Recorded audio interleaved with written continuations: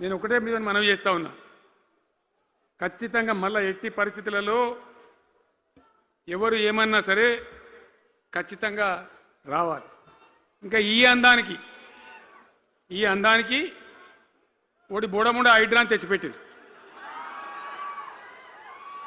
దానికి ఆ హైడ్రాకు ఆ పిసిసి ప్రెసిడెంట్ అని ఉంటాడు ఆయన, కాంగ్రెస్ కమిటీ అధ్యక్షుడు, ఆయన నిజామాబాద్లో పోయి చెప్తుండు, హైదరాబాద్లో హైడ్రా, నిజామాబాద్ కూడా తెత్తాం బిడ్డ, నిజామాబాద్లో నిడ్రా, రేపు జగిత్యాలలో కూడా జిడ్రా అంటాడు. ఇక అది ఏం కావాలి?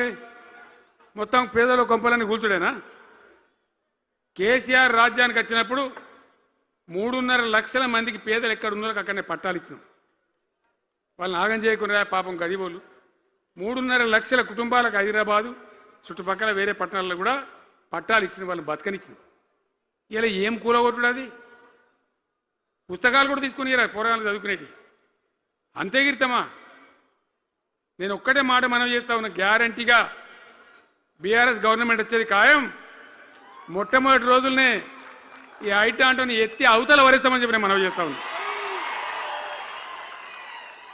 తీసేయన్నా దాన్ని, ఐటాన్ని తీసేయనన్నా? పక్క మాటనా? మళ్ళా మొదలు పెట్టినా ఇక జరాగు 5 నిమిషాలు అది అయిపోతుంది. హైడ్రాని పీకేసి మొదటి సంతకంతోనే తీసి చెరువులో వాడేస్తాం దాన్ని. ఇప్పుడు మనం చేయలేం. 46,000 చెరువులు మంచిగా చేసినాం. ఏమన్నా గుడిసె కూడా కొలగొచ్చామా? ఇల్లు కూడా వచ్చామా? ఇదేమి ఇచ్చేంతరం నాకు అర్థం కాదు. మూసి అని దాని ఎంబడి వాడారు, దానికి ఆడ గరీబులు ఉంటారు పాపం. మూసి ఎంబడిన గరీబులను వాళ్ళని ఏమి ఏడిపించుడు? పొద్దున్న లేతే వాళ్ళు నిద్రపోకుండా, వాళ్ళ కంటి మీద కొనుక్కు లేకుండా, అది ఎవడు చేసే ప్రాజెక్ట్ అయ్యేది కాదు, పీకేది అవుతుందా? 15,000 ఇల్లు కూడా కొడతారట. ధర్మమేనా అది? ఈ రకంగా ఒకటి పనికి మాలిన హైడ్రా తెచ్చి మూసి అది చెయ్యాలి, మూసి మంచిగా చేయాల్సిందే బద్దనేవాడు అన్నాడు. అన్ని వేల ఇల్లు కూడా కొట్టడం ఎందుకు నాకు అర్థం కాదు. అలా ఏం లేదు. భూములు కబ్జా పెట్టే రియల్ ఎస్టేట్ దందా తప్ప దానిలో ఏం లేదు. మూసి ప్రజల కోసం కాదు, నగర ప్రజల కోసం కాదు. ఈజీగా చేయగలిగిన దాన్ని, మామూలుగా చేయగలిగిన దాన్ని నాశనం బట్టి దాన్ని కథం పడతా ఉన్నా. ఏది చూసినా కూడా ఒక రకమైన దోపిడీ, ఒక రకమైనటువంటి గుండాగిరి, అరాచక వ్యవస్థతో ముందుకోతున్నారు తప్ప ప్రజా సంక్షేమాన్ని కాంక్షించి ఒక్క స్కీమ్ కూడా రాలే. ఇరిగేషన్ ప్రాజెక్టులు అన్ని పండబెట్టిరు. ఏం రోగం? ఒకనాడు కాకతీయ కాలువ మీద, మన వరద కాలువ మీద మోటార్లు పెడితే ఏం కోసాది? మా శంకరెడ్డి చెప్తా ఉండే ఇంతకుముందు, 1000 మోటార్లు పెట్టుకుంటే వచ్చి కోసుకపోదురు, లారీలకు మోటార్లు ఎత్తుకపోదురు. ఇదే వరద కాలువ మీద కేసీఆర్ ఉన్న రోజులు కూడా మాట్లాడిందా? మాట్లాడలే. చివరికి ఏం చేసింది మీరు మంచిగా వినాలే. వీళ్ళు మామూలు పని చేస్తలేరు, మన జీవితాలకే బాంబులు పెడుతున్నారు. ఆ రోజు కూడా నరేంద్ర మోడీ ప్రధానమంత్రిగా ఉండే ఆయన ఏం చేసిండు? కరెంటు మోటార్లకు మీటర్లు పెట్టాలి, నువ్వు పెట్టాలి కేసీఆర్ అని నా మీద ఒత్తిడి. నేను చెప్పిన నా పానం పోయినా సరే, సచ్చినా సరే నేను మీటర్ పెట్టా అని చెప్పింది. పెట్టలే. 30,000 రూపాయలు కట్ చేస్తే నీకు అన్నాడు. కట్ చేసిండు. రాష్ట్ర ప్రభుత్వానికి వచ్చేటువంటి ఆదాయం 30,000 కోట్ల రూపాయలు వదులుకొని కూడా తెలంగాణలో నేను కరెంటు మీటర్ పెట్టనియలే. నేను ముఖ్యమంత్రి ఉన్నాను రోజు. ఇవాళ ఏం చేసింది తెలుసా వీళ్ళు మీకు? మీకు తెలియలే, మీరు అమాయకులున్నారు. ఢిల్లీకి పోయి ఒప్పుకున్నారు. ఒప్పుకొని ఏం చేశాను? అయ్యా బాంచని మీటర్లు పెడతాము, మాకు ఆ పైసలు ఇయ్యండి, కేసీఆర్ వద్దన్నారు కదా మేము తీసుకుంటాము అని ఆ డబ్బు తీసుకొని వీళ్ళే ఈ గవర్నమెంట్ పోయి సంతకం పెట్టి ఇప్పుడు మొదలైతే ఇక ఇప్పుడు వస్తాయి మీటర్లు. ఎదుర్కొందామా? మీటర్ల ఎదురుపాటును యుద్ధం చేద్దామా? కొట్లాడదామా? ఏమన్నా మనం నాకు అర్థం కాదు. రైతులు మంచిగా ఉండాలి, వ్యవసాయం మంచిగా ఉండాలి, పల్లెలు బాగుండాలి, వృత్తి పనులు బాగుండాలి.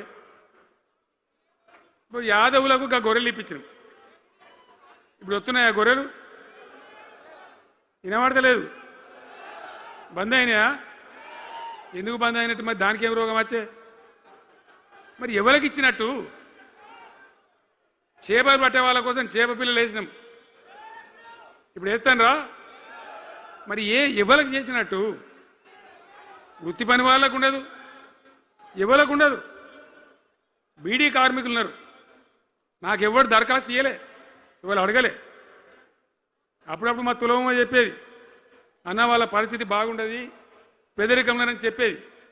మా అంతటా మేమే ఆలోచించుకొని బీడీ కార్మికులకు పెన్షన్ తెచ్చినాం. మొత్తం భారతదేశంలో ఏ రాష్ట్రంలో ఇస్తారా? వాళ్ళకి పెన్షన్లు పెంచుతామని ఎగబెట్టినరా? వాళ్ళకు కాదు, ఎన్ని ఆశలు. ఇంట్లో ఉన్న ఆడపిల్లకు 5 లక్షలు మహాలక్ష్మి అని పేరు పెట్టి 2500 నెలకిస్తామని ఇచ్చిండ్రా? రూపాయి వచ్చిందా? అట్లా ఎన్ని 6 గ్యారంటీలు, 420 హామీలు. స్కూటీలు ఎక్కడ వాయే?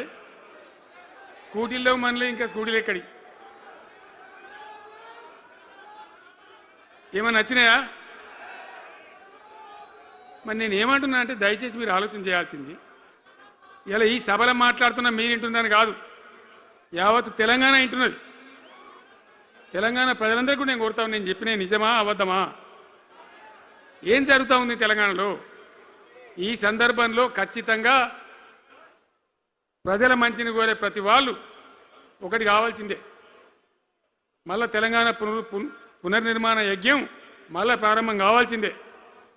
దాన్ని ఎవడు ఆపలేడు. జర గాచారం బాలేకపోతే దెబ్బతింటాం, అంత మాత్రం చేత ఆగిపోతామా? ఊకుందామా? పోరాటం చేయాల్సిందే, వీళ్ళని నిలదీయాల్సిందే. ఖచ్చితంగా తెలంగాణ పునర్నిర్మాణ ప్రక్రియ, ఆ యజ్ఞం మళ్ళా ప్రారంభం కావాల్సిందే. తెలంగాణ ప్రజలు గెలిచి నిలవాల్సింది. మొత్తం ప్రాజెక్టు పండబెట్టినండి. పాలమూరు ఎత్తిపోతల పథకం 90% పూర్తి చేసినాం. కొద్దిపాటి డబ్బుతో అయిపోతుంది. వలసల జిల్లా, కరువు జిల్లా, వాళ్ళ నాశనం పట్టిండ్రు.